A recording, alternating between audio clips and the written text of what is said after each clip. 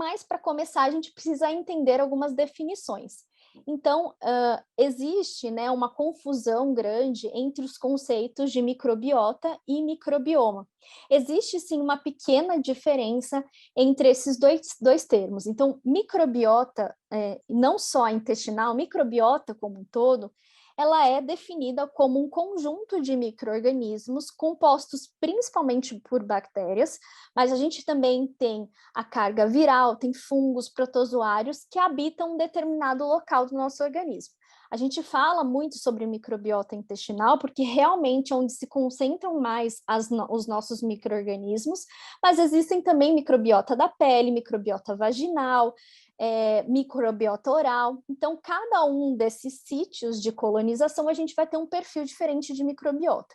Mas, realmente, como é mais estudada a microbiota intestinal, vai ser o foco da nossa aula de hoje. E a diferença entre microbiota e microbioma é que microbioma é a informação genética de todos esses micro-organismos ali presentes na microbiota, tá? Então, basicamente, é essa a diferença. Quando a gente está falando de uma bactéria, a gente está falando da microbiota. Quando a gente está falando da informação genética dessa bactéria, a gente está falando de microbioma, tá? Qual que é a importância de se estudar, né, a microbiota intestinal? A gente sabe que o conjunto dessas bactérias, principalmente, elas têm funções complementares às nossas funções do organismo. Então, a gente consegue, né, se lembrar de um exemplo clássico, que é a fermentação de fibras. Então, as fibras alimentares, elas não são digeridas pelas nossas próprias enzimas digestivas. Então, a gente conta com a função das bactérias intestinais para fazer essa quebra dessas cadeias de carboidratos das fibras, e aí sim ter a liberação, né, ter a formação de outros subprodutos. Né? Então, a gente tem como uma função importante a digestão e absorção de nutrientes por essas bactérias.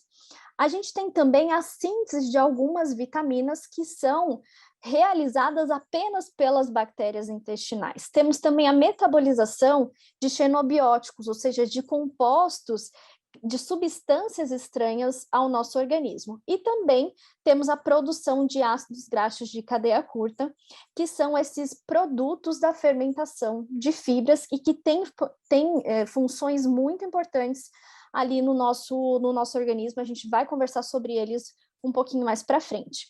Além disso, a microbiota tem uma função trófica, ou seja, ela modula a diferenciação e também a proliferação das células ali do epitélio intestinal, também chamadas de enterócitos.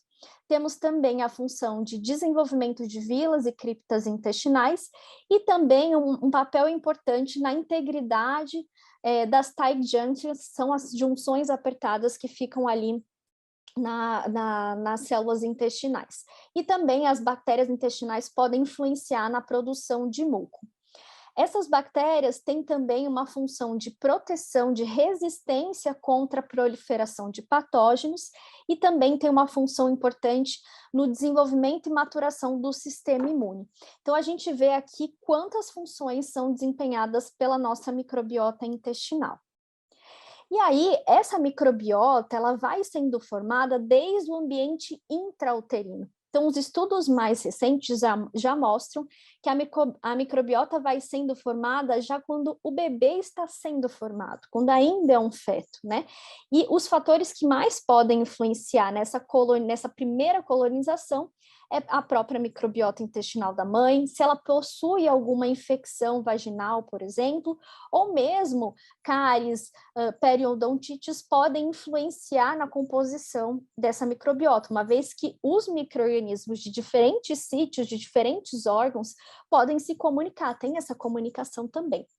Depois do nascimento é que a gente tem a maior carga, né, a primeira maior carga de micro-organismos colonizando esse bebê. Então, o primeiro fator é o tipo de parto. Então, a gente tem o tipo de parto vaginal, em que a microbiota desse bebê vai ser mais parecida com o sítio ali da vagina, ou então o parto cesariano, que vai ter a microbiota muito mais próxima às bactérias da pele da mãe.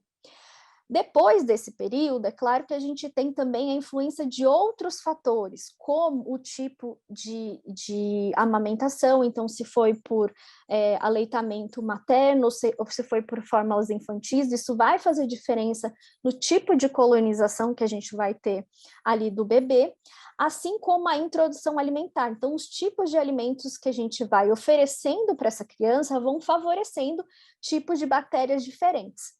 Além disso, outros fatores importantíssimos nessa colonização.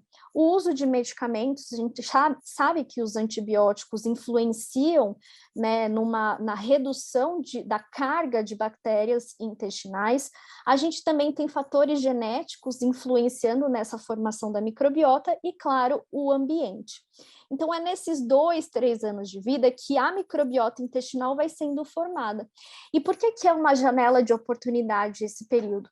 Porque justamente essa composição de microbiota vai ser a base que a gente vai carregar para a vida toda.